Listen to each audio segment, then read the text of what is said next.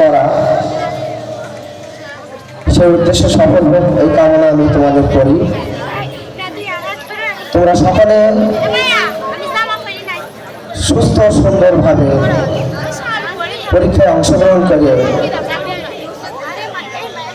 সর্বশ্রেষ্ঠ সফলতা অর্জনের মাধ্যমে অত্র বিদ্যালয়ের মুখ উজ্জ্বল করবে এই আশা আমি রাখি। পাশাপাশি তোমাদের পিতামাতা মুখ উজ্জ্বল করবে এবং একজন ন্যায়পরায়ণ ভালো মানুষ হিসেবে দেশের সেবায় আত্মনিয়োগ করবে এই আত্মবিশ্বাস আমি রাখি।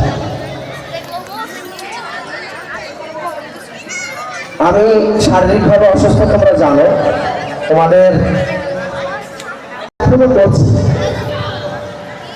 আমিও যেন সুস্থ থেকে তোমাদের ভালো ফলাফলের সাথী হইতে পারি সে দোয়া তোমরা করো।